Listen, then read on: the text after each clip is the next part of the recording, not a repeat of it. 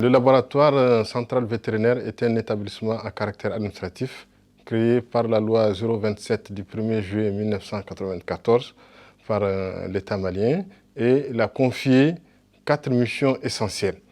Donc en première mission, il s'agit de contribuer à la prévention et à l'éradication des maladies animales par le diagnostic et la recherche médicale.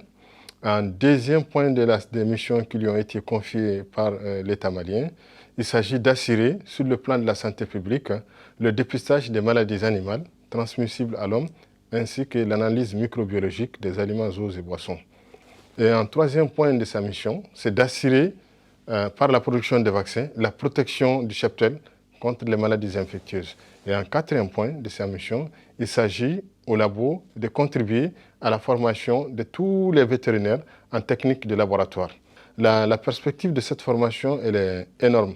Il est important pour que le laboratoire puisse donner des résultats fiables et permettre rapidement le diagnostic des maladies, d'avoir des agents de terrain qui savent prélever conformément aux attentes du laboratoire. Donc le laboratoire, en fait, d'abord, ça a été mis en place par le gouvernement du Mali avec l'aide des États-Unis d'Amérique à travers l'USAID.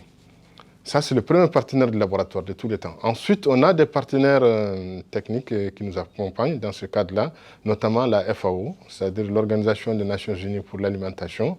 On a aussi tout ce qui est les projets qui sont mis en œuvre à travers les organismes de l'État. Je peux citer le PRAPS, je peux citer le PADEL, le REDIS qui nous accompagne en termes de renforcement des capacités.